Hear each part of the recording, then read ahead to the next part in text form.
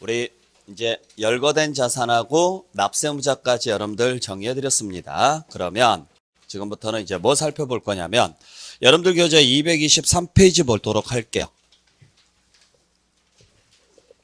223페이지에 보시면은 뭐가 나와 있느냐면 과세표준 및 세율에서 나와 있죠. 지금부터 이걸 정리를 할게요.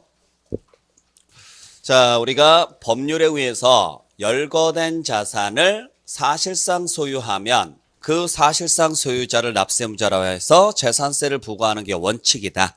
그러면 재산세는 어떻게 계산할 것이냐, 이 문제가 생기는데, 우리 세금은 어떻게 계산한다 그랬어요? 과세 표준에다가 뭘 곱해서? 세율을 곱해서 계산한다 그랬죠? 그때 재산세 과세 표준에는 뭐가 있으며 재산세 세율에는 뭐가 있느냐, 이거 볼 거예요. 자, 일단 과세 표준부터 살펴보겠습니다. 재산세 과세 표준이 뭐냐라고 물어봤을 때 재산세 과세 표준은 6월 1일 현재 그 재산가액의 과세 표준입니다. 당연한 이야기죠? 재산세는 당연히 뭘로 계산해야 될까요? 그 재산가액으로 계산할 거예요. 그때 재산가액은 어떻게 계산하느냐? 정리부터 하자면 무조건 시가 표준액으로 계산을 해요. 무조건. 자, 시가 표준액이라는 것은 뭘 이야기하느냐면 글자 그대로 시가의 표준이 되는 금액을 이야기하는 거예요.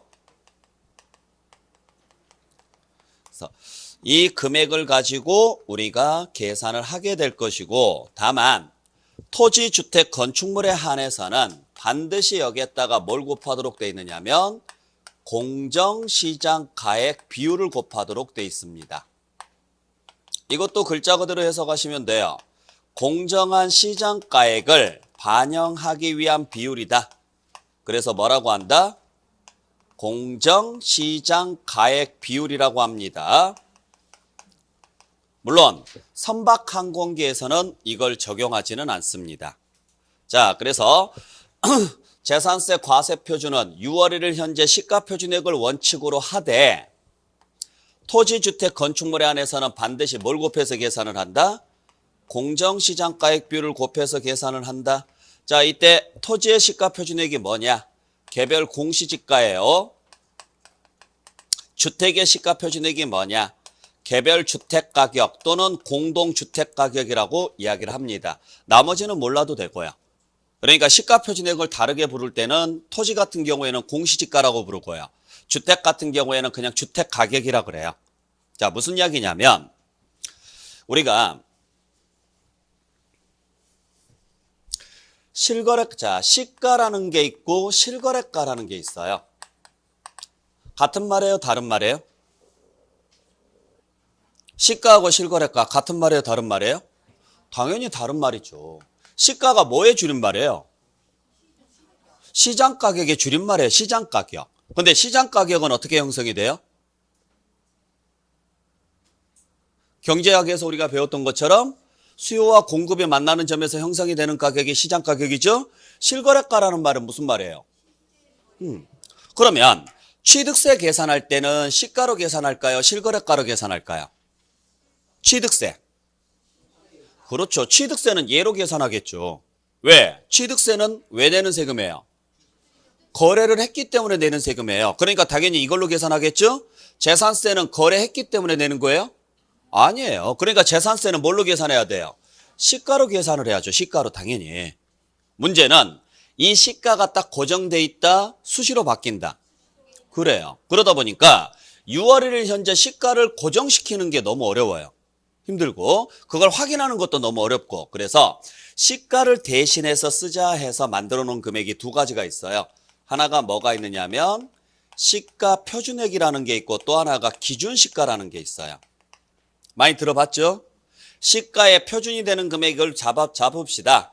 시가의 기준이 되는 금액을 잡읍시다 해서 잡아놨는데 차이점이 뭐냐면 지방세를 부과하기 위해서 지자체에서 정해놓은 금액을 시가표준액이라고 하고 국세를 부과하기 위해서 세무서에서 정해놓은 금액을 기준시가라 그래요. 그러니까 시가표준액이나 기준시가는 오직 뭐 때문에 만들어 놓은 금액이에요? 세금 때문에 정해 놓은 금액이에요. 근데 여기서 문제가 하나 있어요. 어떤 문제가 있느냐면 그러면 시가를 대신해서 쓰려면 시가하고 비슷해야 돼요? 달라야 돼요? 비슷해야죠? 그런데 우리나라는 이게 너무 달라요. 시가하고. 그러니까 무슨 생각을 하시면 되느냐면 지방자치단체에서 세금을 부과하려면 각 재산마다 이게 얼마짜리인지를 알아야 돼요? 몰라야 돼요? 알아야 되는데 일일이 시세를 조회하는 게 힘드니까 시세를 완전히 무시한 상태에서 그냥 자기네들이 임의로 정해놓은 금액이 뭐예요? 시가표준액하고 기준시가예요. 임의로 정해놨다라는 거예요. 그냥 까놓고 이야기해서 지 마음대로 정해놓은 금액이 뭐예요? 시가표준액이에요. 나는 그냥 이 건물 이 정도로 할래. 이 정도로 해서 그냥 이거 가지고 세금 계산해서 부과할 테니까 아무 소리 하지 마. 이런 식으로 잡아놓은 게 뭐예요? 시가표준액하고 기준시가예요. 그래서 토지 같은 경우에는 매년 공시지가가 나와요, 안 나와요? 나오죠. 근데 여러분들 공시지가 조회해봤어요?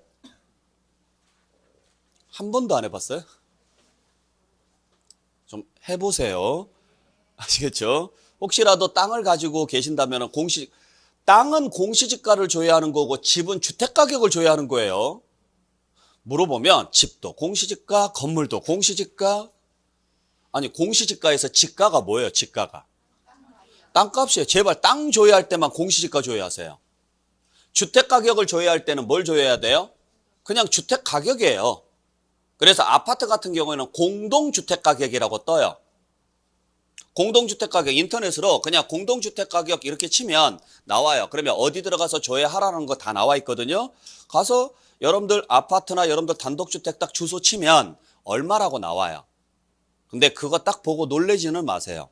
여러분들이 알고 있는 금액하고는 전혀 상관없는 금액이 나와요. 예를 들어서 우리 집이 현 시세가 한 10억 정도 된다. 근데 주택가격을 조회해보면 뭐 한 5억, 6억 이런 식으로 잡혀 있다고요. 전혀 현실성 없이 잡혀 있어요. 가끔 그걸 보면서 오해하시는 분들이 우리 집이 이렇게 떨어졌어? 이렇게 오해하시는 분들이 있어요. 떨어진 게 아니라 그냥 지네들이 뭐 하려고 잡아놓은 금액이에요? 세금 부과하려고 임의로 잡아놓은 금액이 시가표준액이에요. 그래서 토지 같은 경우에는 공시지가라는 걸 공시를 하는데 이걸 지방세에서는 뭐라고 표현하느냐면 시가표준액이라고 하고 국세에서는 기준시가라 그래요. 그러니까 지방세에서는 세금 부과하기 위해서 토지에 대한 세금 부과하려면 공시지가를 가져다 쓰는 거예요. 참고로 공시지가 누가 공시하는지는 아세요?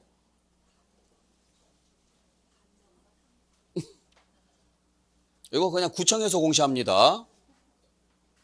아시겠죠? 이거 그냥 구청에서 공시하고 그 다음에 주택가격은 어디에서 공시하는지 아세요? 전혀 모르세요? 네. 국토부에서 공시해요, 이거. 국토부에서. 그래서 여러분들 국토부 홈페이지에 들어가 보면 주택가격 조회하는 데가 나와요. 거기에서 여러분들 한번 조회를 해보세요. 그러면 올해 우리 집값은 이렇게 잡혀 있구나. 근데 오해하지 말아야 될 것은 그게 현 시세는 아니라는 거예요. 그냥 자기네들이 임의로 잡아놓은 금액이다라고 보시면 돼요. 그걸 가지고 쓰는 거예요, 이걸. 그래서 우리가 재산세는 지방세니까 뭘 가지고 사용한다? 시가표준액이라는 걸 가지고 사용하는데 자, 시세는 그때그때 상황에 따라서 오를 수도 있고 떨어질 수도 있고 이러잖아요. 근데 초창기의 시가표준액은요. 처음에 만들어졌을 때 시가표준액은 말도 안 되게 잡혀 있었어요. 그게 시세를 100%로 놓고 본다면 초창기의 시가표준액은 약 30%에서 40% 수준으로 잡혀 있었어요. 그러니까 1억짜리다 그러면 보통 3천이나 4천 정도로 잡혀 있었다고요. 이걸로 계산한 거예요. 그러다 보니까 현실성이 있어요, 없어요? 너무 없는 거예요, 세금 자체에서. 그래서 안 되겠다고 해서 이걸 현실화 시킵시다. 요즘 뉴스에서도 나오고 최근에 많이 나왔었던 이야기가요. 공시가격을 현실화시키자 이런 말들 나와요, 안 나와요? 나오죠? 여러분들 오늘부터 무슨 세금 내는지 아세요? 오늘부터 종부세 내는 날이에요. 그래서 이미 종합부동산세 고지서 다 받으셨을 거예요, 대상자들은. 종합부동산세 고지서를 다 받으셨을 건데 작년에 비해서 너무 많이 나왔다고 지금 뉴스에도 벌써 나왔잖아요. 그러니까 작년에 300만 원 냈던 사람이 올해 1200만 원 나왔어요. 난리 났어요. 내년에 더 나와요. 이유가 있어요. 그게 여러 가지 이유가 있는데 나중에 그건 종합부동산세 설명할 때 그때 말씀드릴게요. 자, 어찌됐든지 간에 이거 자체가 지금 너무 현실화가 없어서 이거 현실성 있게 만들자 그래서 이걸 일단 시세의 약 한 80에서 90%까지 끌어올리자 그랬어요. 시세대로 가자. 그렇다고 해서 시세에 딱 맞출 수는 없으니까 시세보다 조금 낮게 잡자. 그래서 한 80에서 90% 수준까지 끌어올리기로 했어요. 그러면 이게 매년 올라요, 떨어져요? 올라간다는 이야기예요. 그래서 작년에 공시했던 것보다 올해 공시한 게 올라가고 올해 공시한 것보다 내년 공시한 게 또 올라가요. 그래서 세금이 계속 늘어나는 거예요. 이해되셨죠? 그래서 우리가 시가표준액 자체가 늘어난다라는 이야기는 시세가 늘어난다라는 거 아니에요. 뭐가 늘어나는 거예요? 세금이 늘어난다라는 이야기예요. 그래서 우리가 매년 내는 세금이 늘어날 수밖에 없는데 문제가 되는 것은 경기가 좋을 때는 세금이 늘어도 돼야 안 돼요? 경기가 좋다라는 이야기는 내 호주머니 사정이 좋아진다는 이야기예요. 그러면 세금이 늘어도 돼야 안 돼요? 되죠. 근데 경기가 안 좋아지는데도 세금이 또 늘어나는 게 문제예요. 그러니까 호주머니 사정이 얇아졌는데도 불구하고 세금은 또 어떻게 돼요? 더 늘어나요. 이게 너무 현실성이 없는 거예요, 또. 그래서 이걸 좀 보완을 해야 되겠다. 자, 현실화시키기 위해서 가격을 올리긴 올렸는데 경기 변동하고는 전혀 상관없이 금액만 올라간다. 세금 부담만 올라간다. 그래서 이걸 보완하기 위해서 만들어 놓은 제도가 뭐냐. 자, 그러면 경기가 안 좋아질 때는 당연히 세금이 어때야 돼요? 줄어드는 게 맞잖아요. 자, 호주머니 사정이 안 좋아졌어요. 그러면 올해는 여러분들 좀 생활이 어려우시니까 세금은 좀 적게 내게끔 만들어 드릴게요. 이게 맞죠? 그러려면 어떻게 해야 돼요? 이걸 낮춰야죠. 이걸 낮춰야죠? 문제는 얘를 낮추면 이걸 다시 끌어올리는데 시간이 어때요? 오래 걸려요. 그래서 안 되겠다. 얘 건들지 마. 아니 그러면 얘를 안 건들면 도대체 어떻게 할까요? 얘 건들지 말고 어차피 세금은 뭘 계산할 거니까 여기에다가 이걸 곱해서 계산할 거니까 얘만 줄이면 되지 않겠느냐 이야기예요. 뭘 건들지 않은 상태에서.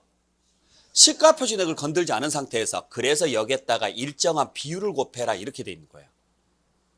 그래서 그 비율이 약 40에서 90% 사이에서 왔다 갔다 대통령령으로 정하도록 돼 있거든요. 그러니까 경기가 예를 들어서 현재 1억으로 잡혀 있어요.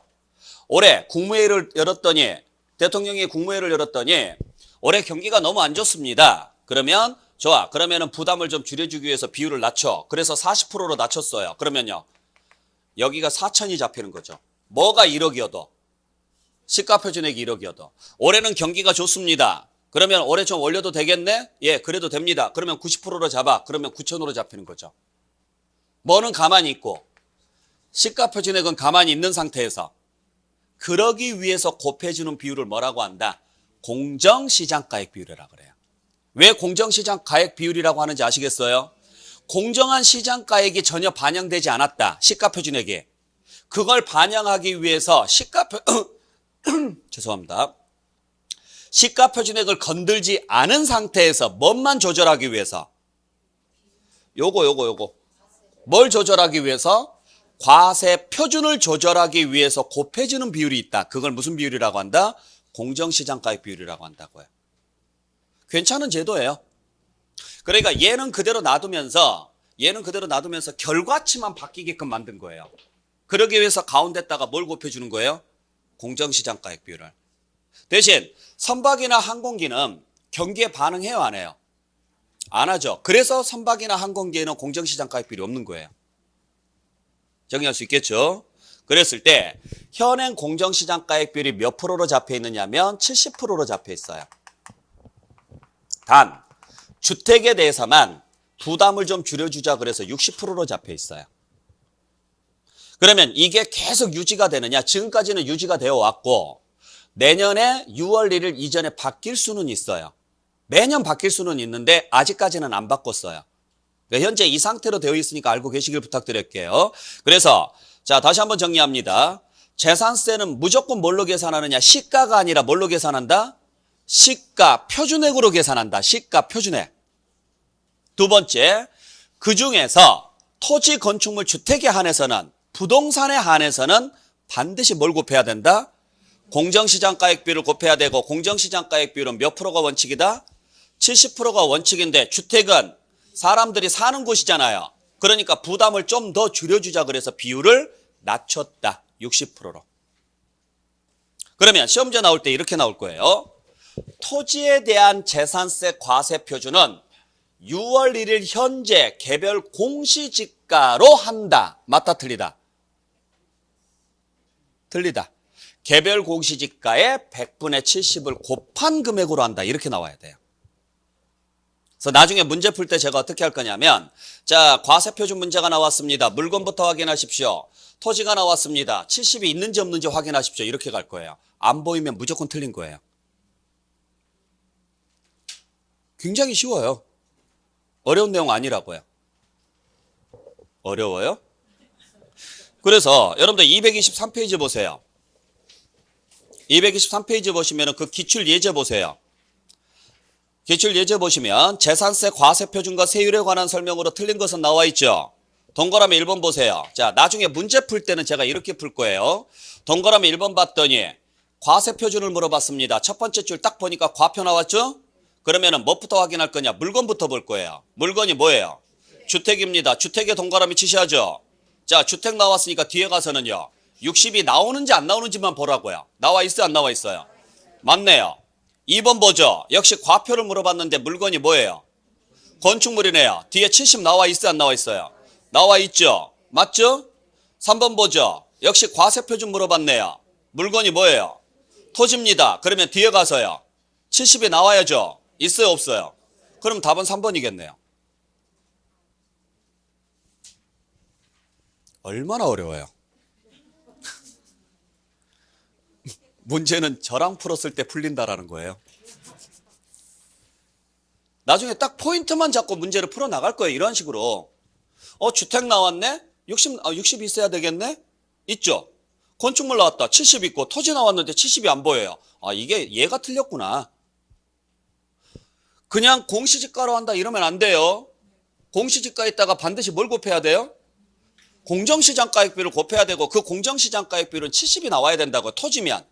주택이면 얼마가 나와야 되고 60이 나와야 되고 그걸 기억을 좀 해주시라는 거예요. 나중에 그 정도만 볼게요. 자, 그러면 이제 과세 표준이 잡혔습니다. 그래서 그 밑에 보시면은 동그라미 1번 보죠. 문제 밑에 동그라미 1번에 박스 밑에 자, 토지, 건축물, 주택에 대한 재산세 과세 표준이라고 해서 과세 기준일 현재의 뭐에? 시가 표준액에 어쩌고 저쩌고 해서 세 번째 줄에요. 뭘 곱하여? 공정시장가액 비율을 곱하여 산정한 가액으로 한다. 됐나요? 그때 공정시장가액 비율이 기억번에 토지 건축물은 몇 프로? 70%고 니은번에 주택은요 60%로 되어 있다는 거죠. 다음 장에 넘겨보죠. 동그라미 2번에 자, 선박항공기에 대한 과세 표준이 나와 있는데 뭐라고 되어 있느냐면 과세 기준일 현재의 뭘로 한다? 시가 표준액으로 한다. 자, 눈 씻고 찾아봐도요. 공정시장가액 비율이라는 말이 있어요? 없어요? 없다라는 거죠. 그러면 토지, 건축물, 주택, 선박, 항공기 5개 다 공통적으로 쓰는 용어는 뭐다? 시가 표준액이고 그중에서 토지, 건축물, 주택에만 추가로 쓰는 용어가 뭐다? 공정시장가액 비율이다. 그 포인트를 잘 잡으시라고요. 됐나요? 네, 그렇게 해서 여러분들 정리하시면 돼요. 자, 그러면 이제 과세 표준이 나왔으니까 여기에다가 뭘 곱해야 될까요? 세율을 곱해야 할 건데 자, 지금부터 제가 세율을 적을 거예요. 세율을 적을 건데 외우지 마세요. 제발 부탁이니까. 강의할 거면 외우세요. 근데 그게 아니면 외우지 마시고 저런 게 있구나. 내가 절대 할 수 없는 거구나. 그냥 그렇게 생각하세요. 여러분들을 무시하는 게 아니라 이런 말을 안 해주면 꼭 와서 물어봐요. 그런데 이거 굳이 이거 진짜 안 해도 돼요? 뭔가 불안한가 봐요. 제발 부탁이니까 제가 시험 보는 그날까지 제가 하라는 것만 하세요. 아시겠어요? 제가 여러분들을 시험을 떨어뜨리면 제가 욕을 얻어먹지 저한테 좋을 게 하나도 없어요. 단 어렵게 공부하면서 여러분들이 내 수업을 안 듣는 것도 나는 마음 상해요. 안 그래요? 그러니까 여러분들이 여러분들이 최대한 편하게 갈 수 있게끔 하려고 노력하는 거지, 여러분들을 뭐 무시하거나 대충 수업하려고 하진 않는다고요. 그러니까 이건 안 해도 된다 그러면은 얘가 하지 말했어, 그냥 그렇게 생각하세요. 거기에 대해서 근데 뭔가 좀 불안하니까 조금 이거 그래도 해야 되지 않을까요? 라고 물어보시잖아요. 할 수 있으면 하라 그래요. 근데 본인이 또 시간이 없대요. 그거 하지 마세요. 시간이 없어도 제가 하라고 하는 것을 하세요. 이해되셨어요? 네. 자, 지금부터 세율을 정리해 드릴게요. 보세요. 보기만 하세요. 토지는 세율 구분에 따라서 세 가지로 나눌 거예요. 분리과세가 되는 토지라는 게 있고, 별도합산이라는 토지가 있고, 별도합산 과세대상 토지라는 게 있고, 종합합산 과세대상 토지라는 게 있어요. 주택은 세율 구분에 따라서 상시 주거용으로 이용하는 주택과 임시 주거용으로 사용하는 별장이 있습니다. 그 외에 건축물이 있고 선박이 있고 항공기가 있는데, 자, 분리과세 대상 토지는 비례세가 적용이 됩니다.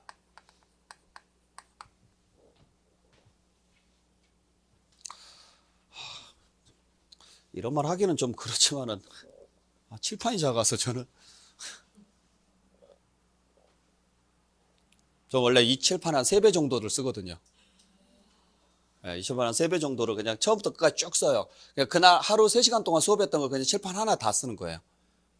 그러니까 연결이 돼야 보기 편하잖아요. 끊겨버리면은 좀 그렇잖아요.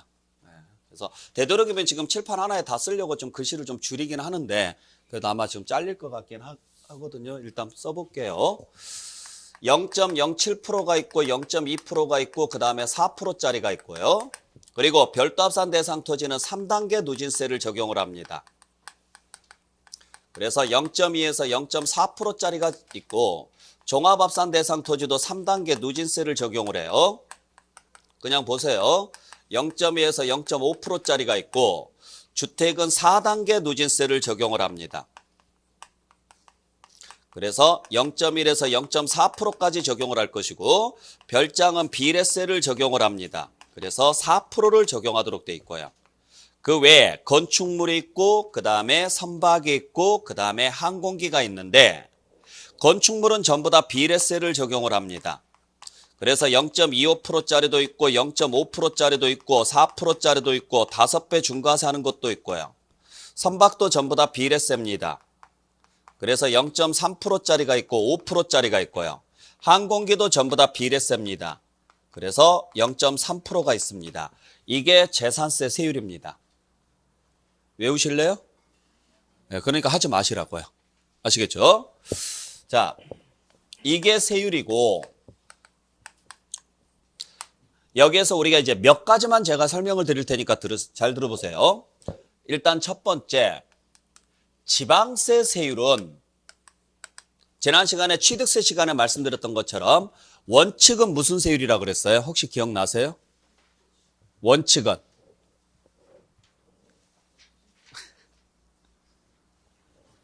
원칙은 표준세율이라고 그랬어요. 표준세율이 무슨 말이라고 그랬어요? 가감 조정이 가능한 세율을 말한다 그랬습니다. 지방세는 법률에 의해서 세율을 정해주되, 지방세이다 보니까 지방자치단체 재량에 의해서 뭐 할 수 있게끔 해줬다? 가감 조정할 수 있게끔 해줬다. 그걸 무슨 세율이라고 한다?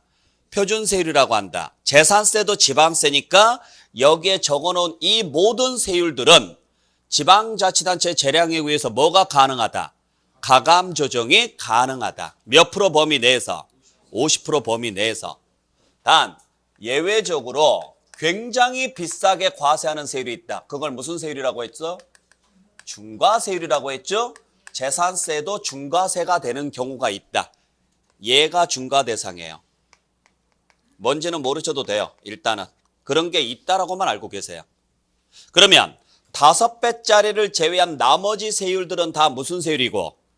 표준세율이고, 표준세율이라는 말은 지방자치단체 재량에 의해서 뭐 할 수 있고요?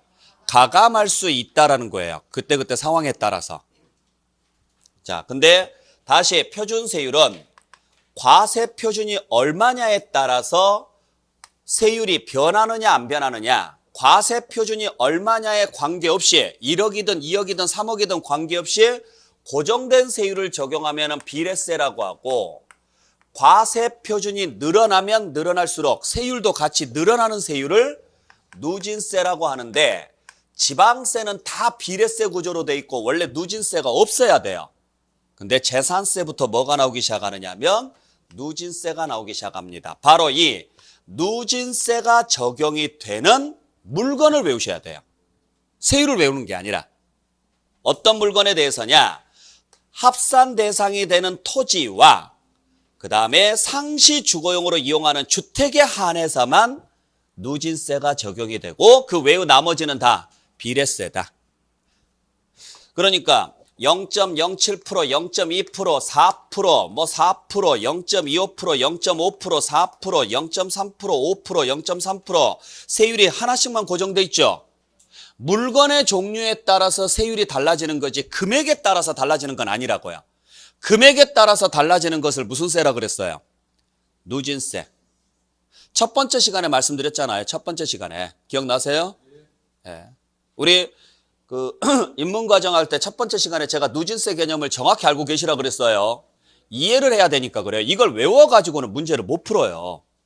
그러니까 이해를 하시라고 해서 제가 말씀을 드렸는데, 자, 그렇다면 왜 토지하고 주택에 대해서는 누진세를 적용할까? 이걸 지금 생각을 해봐야 돼요. 자, 누진세의 특징이 뭐라 그랬어요? 누진세의 특징은 세금 계산할 때 과세 표준에다가 뭘 곱해서 세율을 곱해서 세금을 계산하는데, 누진세는 얘가 늘어나면 얘가 같이 늘어나는 구조로 가는 거라고요. 아시겠나요? 그러니까 얘가 100원일 때는 1을 곱해서 100원이 되겠지만, 얘가 200원으로 올라가면 2가 곱해져서 400원이 되는 거고, 얘가 300원이 되면 3을 곱해서 900원이 되는 이런 구조. 그러니까 얘가 늘어나면 얘도 같이 늘어나면서 얘도 늘어나는 구조. 얘가 3배 뛰니까 얘는 몇 배 뛰었어요? 9배 뛰었죠. 9배. 이런 구조가 바로 무슨 구조라고요? 누진 구조예요. 그러니까 누진세는 레버리지 효과하고 똑같은 효과가 발생을 해요. 자, 널판지를 놓고 봤을 때 한쪽으로 치우쳐서 받침대를 놓는 경우하고 똑같죠? 얘를 이만큼만 밟으면 반대쪽은 이만큼의 효과가 발생하는 거. 나비 효과하고 똑같은 거잖아요. 이게 누진세예요. 그러니까 3배가 늘어났지만 결론은요, 9배가 늘어나는 세금을 내야 된다는 이야기죠. 이게 누진 구조예요. 비례세는요, 이게 고정돼 있어요. 그러니까 이게 1이에요. 전부 다. 그러면은 100원일 때는 100원, 200원일 때는 200원, 300원일 때는 300원. 똑같이 3배 늘어나면 여기도 몇 배? 3배 늘어나는 구조로 가는 게 비례세. 누진세는 과세 표준이 늘어나면 세율이 같이 늘어남으로 인해서요, 세금이 어마어마하게 늘어나는 구조가 뭐예요? 누진세 구조예요. 누진세. 아셨어요? 그러면 정부에서는 누진세를 적용하는 이유가 뭘까? 세금을 뭐 하려고? 더 거두려고. 세금을 더 거두려고 만들어 놓은 제도죠?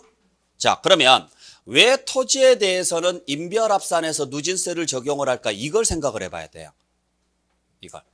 분명히 지금 토지에 대해서는 소유자별로 과세해서 소유자별로 뭐해서? 합산해서, 소유자별로 합산해서 뭘 적용하는 거예요?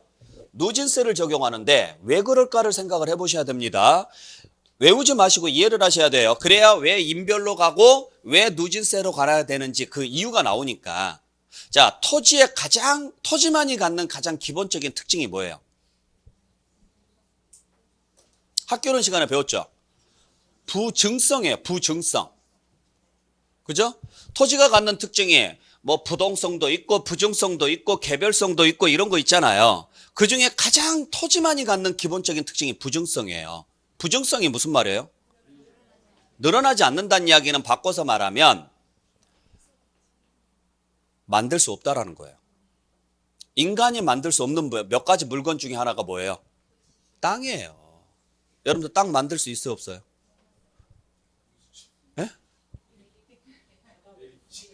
그건 솔직히 까놓고 이야기해서 그건 땅을 만든 게 아니에요. 땅을 보이게끔 하는 거지. 땅이라는 부분을 새로 만들지는 않아요. 그래서 땅은 창조가 안 되는 거예요. 건물은 만들 수 있어요, 없어요? 자동차도 만들 수 있어요. 그죠? 다 만드는데 땅은 못 만들어요. 땅은. 그렇잖아요. 그러다 보니까 땅이 필요하면은 방법은 하나밖에 없어요. 땅은 솔직히 말하면. 뭐밖에 없어요? 뺏어야 돼요. 그래서 예전부터 전쟁은 땅 때문에 생겨요. 땅 때문에. 이유를 다른 이유를 걸어서 그렇지 뭐 네가 우리 민족 죽여서 네가 우리 종족 죽여서 어쩌고 저쩌고 택도 없어요. 결론은 뭐예요? 땅이에요. 왜냐하면 사회 자체가 처음에는 유목사회로 그냥 이렇게 돌아다니면서 그냥 그때그때 눈에 보이는 거 잡아다 먹었으니까 그때는 문제가 안 돼요. 문제가 안 되는데 정착이 되면서부터 문제가 생겼죠. 자, 정착이 되니까 뭘 합니까? 경계를 칩니다. 경계를 치고 그 안에서 사람들이 경작을 하기 시작을 해요. 그러니까 의복이라는 것 자체, 옷이라는 거 있잖아요. 옷이라는 게 되게 오래전부터 있었는데 옷의 색깔이 오래전부터 달라요. 달라지는 이유가 뭐 옛날에는 계급을 옷의 색깔로 맞췄잖아요. 신분 자체를. 그렇기 때문에 그게 언제부터 만들어졌느냐면 정착시대부터 만들어진 거예요. 그래서 사람들이 정착을 하고 울타리를 치고 그 안에서 경작을 하니까 죽는 숫자가 적어지는 거예요. 돌아다니면은 추위에 죽고 또 다른 동물들에 잡아먹혀 죽고 이러다가 경계를 치고 사람들이 방어를 서고 이러니까 인구가 늘어나기 시작해요. 인구가 늘어나니까 땅을 또 뭐 해야 돼요? 넓혀야 돼요. 그러면 이쪽에 종족이 한 명 있었고 이쪽에 종족이 한 명 있었는데 서로가 모르는 종족이에요. 그때는 싸움이 안 났겠죠. 근데 인구가 늘어나니까 점차 늘어나요. 그럼 결국에는 경계가 붙어요, 안 붙어요? 이제 여기서부터 문제예요. 더 이상 인구는 계속 늘어나는데 수용할 만한 땅이 없다? 방법은 하나밖에 없죠. 가서 시비 거는 거예요. 그래놓고 때렸다고 해서 이제 들어가서 뭐 하는 거예요? 싸그리다 죽이고 그 땅 뺏는 거죠. 그러면서 종족 동화가 안 되니까 그 사람들을 노예로 삼는 거고 이제 이게 사회가 발전해 가면서 있었던 사건들이죠. 결국 지금도 마찬가지입니다. 지금도 전쟁은 땅 때문에 전쟁이 나요. 우리 지역의 자원이 고갈돼요. 더 이상 먹고 살 게 없어요. 그럼 방법은 하나밖에 없어요. 이쪽에 땅을 내놓으라고 하면 내놔야 안 내놔요? 어차피 내가 여기 있어도 죽고 쳐들어가도 죽는다면 이왕이면 해보고 죽는 게 낫다 이거예요. 가만히 앉아서 죽는 것보다. 그러니까 쫓아다니면서 싸움하고 지금 이렇게 가는 거죠. 땅이라는 거. 자, 그래서 땅이라는 것 자체가 부정성이라는 것은 인간이 만들 수 없다. 인간이 만들 수 없다라는 이야기는 뭐가 가능하다는 이야기냐면 독점이 가능하다는 이야기예요. 독점. 독점을 하면 가격을 뭐 할 수 있어요? 그게 문제예요. 그게 경제학에서는 즉 다시 말해서 시장 경제에서는 제일 나쁜 짓 중에 하나예요. 그러니까 독점이라는 것, 여러분들이 학개론을 배울 때 학개론은 여러 가지 이론들이 나와요, 안 나와요? 나오죠. 그 이론들의 기본 틀이 뭔지 아세요? 학개론에서 말하는 이론의 기본 틀이 뭔지 아세요? 완전 자유시장 경제체제예요. 완전 자유시장이라고요. 그러니까 정부의 개입이 있다, 없다? 없어야 돼요. 정부의 개입이 있는 순간 시장의 흐름은 틀어져요. 자, 시냇물이 있어요. 시냇물을 가만히 놔둔 상태를 뭐라고 해요? 완전 자유시장 경제체제라고 해요. 가만히 놔두니까 비가 오고 또 태풍이 불고 또 어떨 때 하다 보니까 시간이 지나면은요, 반듯하던 시내가 어떻게 돼요? 굴곡이 생기기 시작해요. 그죠? 그러다 보니까 유속의 흐름에 따라서 어느 쪽은 땅이 깎이고 어느 쪽은 땅이 새로 생겨요. 이게 삐뚤어지고 하니까 우리 눈으로 볼 때는 좋지만 그 물의 흐름의 속도가 달라짐에 따라서 모양이 바뀌잖아요. 그걸 잡기 위해서 다시 삽으로 뭐 합니까? 이쪽을 다시 파고 이쪽을 다시 채워주고 이런 식으로 해서 반드시 맞춰요.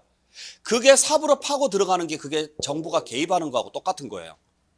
그러면 정부가 개입을 하는 순간 경제 논리는요, 틀어지게 돼 있어요. 그러면 경제학이라는 게 발생이 안 돼요. 그래서 경제학이라는 것은 학개론이라는 것은 일단 출발이 뭐에서 출발하느냐면 완전 자유시장 경제체제에서 출발하는 게 기본입니다. 수요와 공급이 만나는 점에서 가격이 형성이 된다? 택도 없는 소리예요. 보이지 않는 손에 의해서 가격이 형성이 된다? 웃기지 마라 그래요. 자본시장 체제에서요, 보이지 않는 손에서 그게 된다? 자본시장 경제체제에서는 우리 지금 자본시장 경제잖아요. 이 시장 경제체제에서는요. 가격은요. 돈 있는 사람이 결정하는 거예요. 그렇죠? 매물을 싹 매점했다가 가격 올리고 싶으면 안 풀어요. 왜? 내가 조금 손해보더라도 나중에 더 오를 거 예상을 해서 매점했다가 놔두는 거잖아요. 예전에 우리 그 드라마 보면은 상도라는 드라마 봤어요? 임상옥이를 주제로 해가지고 나왔었던 거. 예. 거기 보면은 잘 나오잖아요. 시장 경제 체제가. 그러니까 가만히 그냥 시장에다가 풀어놓으면은 알아서 자기네들끼리 가격을 올리든 말든 옆가게가 더 싸면은 옆가게 가서 사든 이러는데 가격 담합을 하잖아요. 지금도 하고 있는 거고. 그리고 설날이나 추석 때 됐을 때 필요한 제사 상품들요. 싹 매집을 해서 안 풀잖아요. 그리고 전날에 풀어요. 그러니까 사람들이 마음이 급하니까 돈을 얼마를 줘서라도 그걸 사는 거예요. 이런 식으로 하면 가격이 다 왜곡될 수밖에 없죠. 땅이 그런 구조로 돼 있어요. 그러니까 돈 있는 사람들은 뭐 사라 그래요? 땅 사라 그래. 여러분들 조물주 위에가 누구예요? 건물주 위에가 지주예요. 아, 모르세요? 조물주 위가 건물주고 건물주 위가 지주라고요. 예. 땅 없으면은요 건물 짓지도 못해요. 예.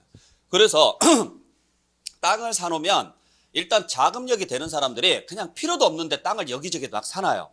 여기저기 사놓고 나서 뭐 합니까? 놔둬요. 그렇게 되면 진짜 필요한 사람들은 땅을 살 수가 없어요. 그러면 그 사람들이 땅을 사려면 뭘 해야 돼요? 있는 사람들한테 땅 좀 팔으라고 하는데 팔까요? 안 팔아요. 이제 얘가 필요한 줄 알면 가격을 엄청 띄웁니다. 이러다 보니까 시장의 흐름이 너무 안 좋아져요. 그래서 이걸 어떻게 풀어나갈 것인가 정부가 개입을 해야 돼, 안 해야 돼요? 한 게 이거예요. 자, 그러면 어차피 토지를 새로 만들어서 공급을 할 수가 없으니까 방법은 하나밖에 없죠? 쓸데없이 땅을 많이 가진 사람들을 협박을 해서 땅을 뭐 하게끔 해야 돼요? 시장에 내놓게끔 해야 돼요. 그 협박하려면 이 방법을 쓴다고요. 보유세를 늘리는 거예요. 그러니까 돈도 안 벌었는데 매년 나가는 세금이 보유세거든요. 아무 짓도 안 해도 나가는 세금이 뭐예요? 보유세예요. 그래서 이번에 지금 종부세 올랐을 때 사람들 지금 곡소리 들려요. 곡소리 들리죠? 그래서 어차피 여러 개 집 가지고 있어봤자 종부세만 많이 나오니까 뭐 하는 거예요? 싹 팔고 똘똘한 집 한 채로만 가자. 지금 그런 추세로 많이 가잖아요, 현재. 앞으로 그 현상은 더 심화될 거예요. 그러니까 별로 가격이 많이 오르지도 않을 지역, 그런 지역에 있는 것들은 그냥 싸그리 다 팔고 싹 모아가지고 가격이 잘 오르고 그 다음에 임대도 잘 나가고 대신 주택수는 적고 그런 데다가 싸그리 다 투자를 할 거라는 거죠. 그러니까 뉴스에서 나오는 이야기가 뭐냐면 앞으로 계속적으로 종부세 때문에 종합부동산세 때문에 사람들이 전부 다 뭐 할 거냐. 강남이나 용산이나 이런 데다가 전부 다 집을 매입을 할 것이다. 그러면 강남 집값은 더 어떻게 될 것이다. 올라갈 것이다. 문제는 강남 집값 올라가는 건 상관없어요. 올라가라 그러세요. 왜? 그 동네만의 일이에요. 그렇죠? 자, 내가 여기에도 있고 여기에도 있고 여기에도 있고 여기에도 있어요. 이번에 종부세가 많이 나왔어요. 에이 몰라 싹 팔아. 다 돈 들고 강남에 가서 딱 집을 샀어요. 그러면 여기 수요가 늘어나니까 가격은 또 어떻게 돼요? 자, 그러면 이제 여기는 그 현상이 일어난다고 쳐요. 요 남아있는 부분은 어떻게 돼요? 집이 엄청나게 나올 거라는 이야기예요. 그러면 매물이 쏟아지고 집에 공급이 많이 되면 가격은 어떻게 될까요? 그래요. 그러니까 왜 여기만 부각을 시키냐 이거예요.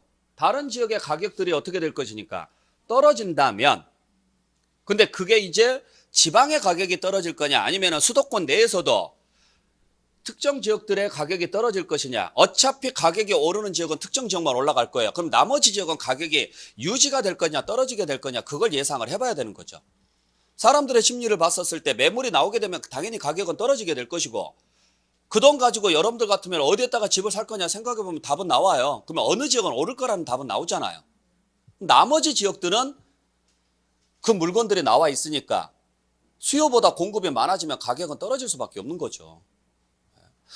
자, 그게 지금 보유세예요. 보유세. 그러니까 보유세 내보신 분들은요.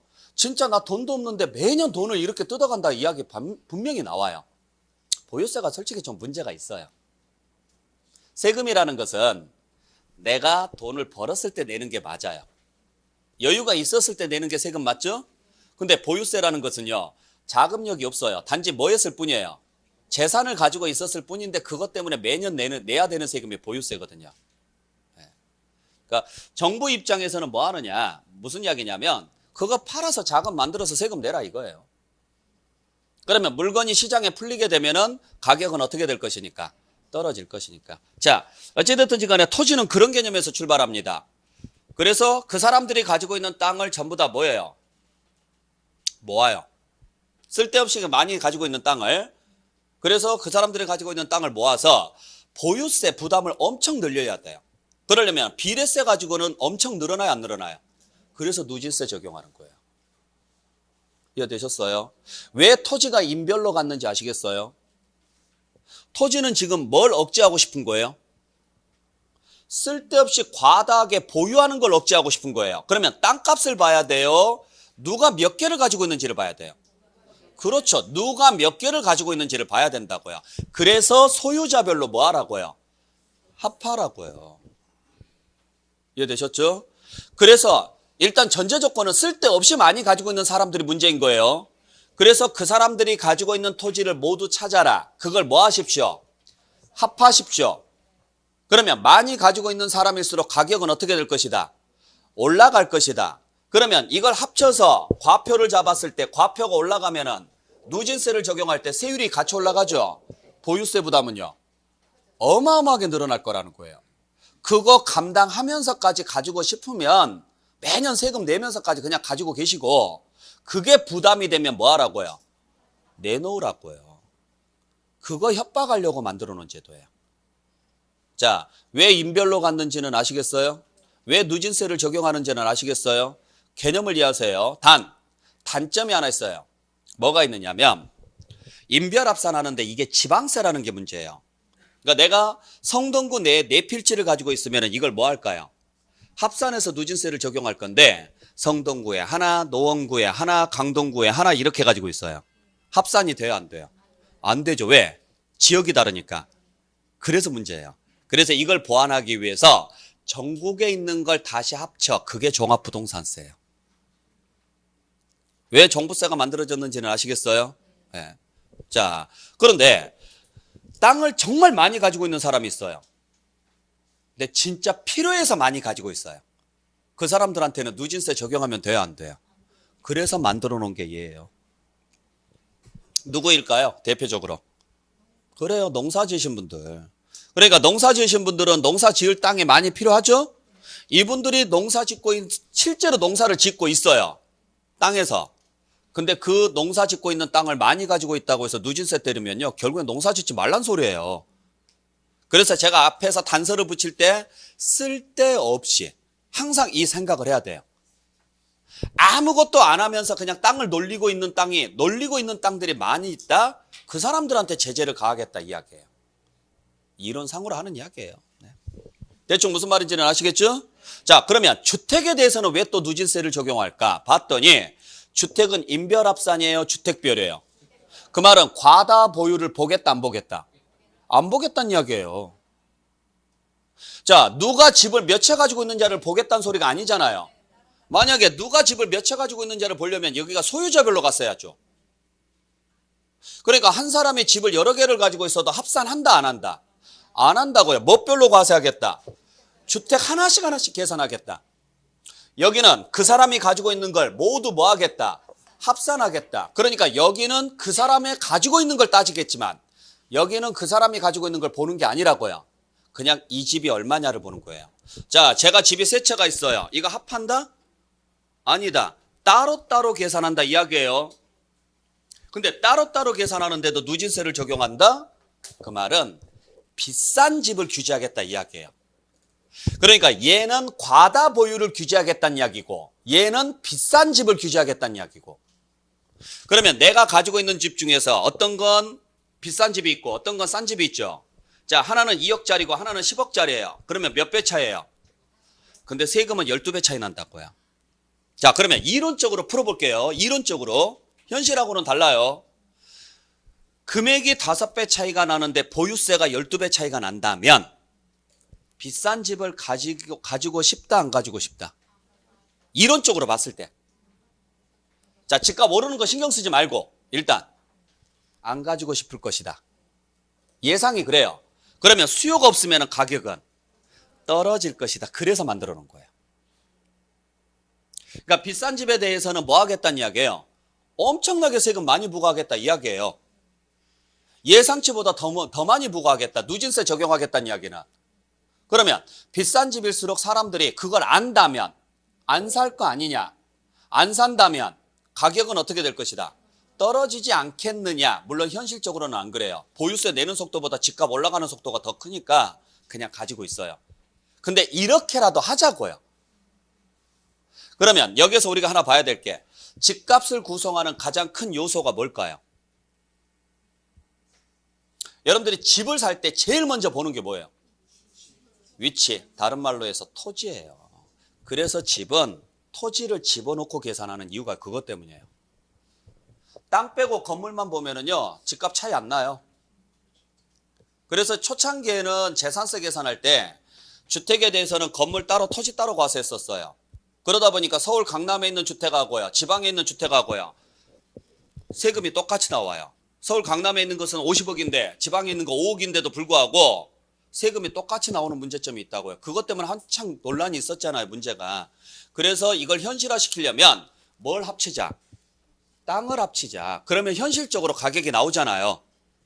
그죠? 똑같은 브랜드의 똑같은 평수의 아파트를 지방에서 분양할 때는 예를 들어서 5억에 분양하라는데 강남에서 분양할 때는 20억에 분양을 한다. 건물 원가는 같을까요, 다를까요? 같아요. 건물 원가는. 물론 이제 들어가는 자재에 따라서 한 돈 천만 원 차이는 날 수도 있겠죠. 비슷해요. 근데 왜 분양가가 이렇게 차이가 나요? 그래요. 그래서 땅값 집어넣으라는 이야기예요. 왜 주택을 땅을 집어넣는지는 아시겠죠? 그 이유를 생각을 해야 돼요. 자, 그러면 여기에서 봐야 될 것. 건축물에 대해서는 왜 누진세를 적용 안 할까? 보세요. 여기서 건축물은 이거 뺀 나머지 건축물이에요. 그러면 요 성동구 내에 있는 모든 건물을 머릿속에 딱 떠올리고 거기서 집을 싹 지어보세요. 뭔만 남아요? 그래요. 상가요. 상가, 사무실 이런 것들이라고요. 다 영업용이죠? 영업하는데요. 누진세 때리면 장사하지 말란 소리잖아요. 그래서 이거 안 건드는 거예요. 건축물은. 결국 누진세 가지고 제재를 취하겠다. 뭐하고 뭐에 대해서만? 토지하고 주택에 대해서만. 우리가 흔히 말할 때 부동산 투기라고 하면 얘하고 얘예요. 땅 투기 들어봤어요? 안 들어봤어요?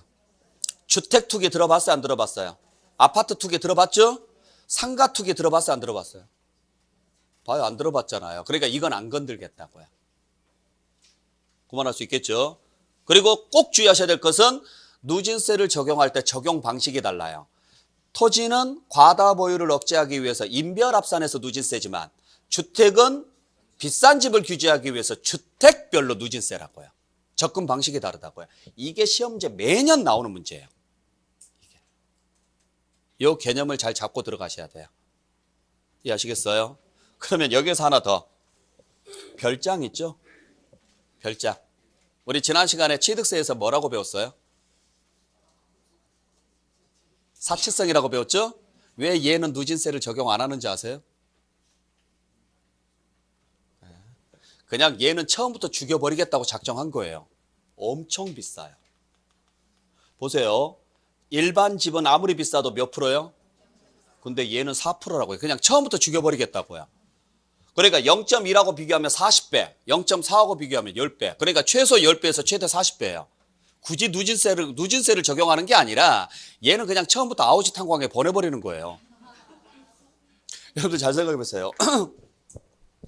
별장 얼마 정도 할 것 같아요? 땅값 포함해서. 그냥 대충 불러요.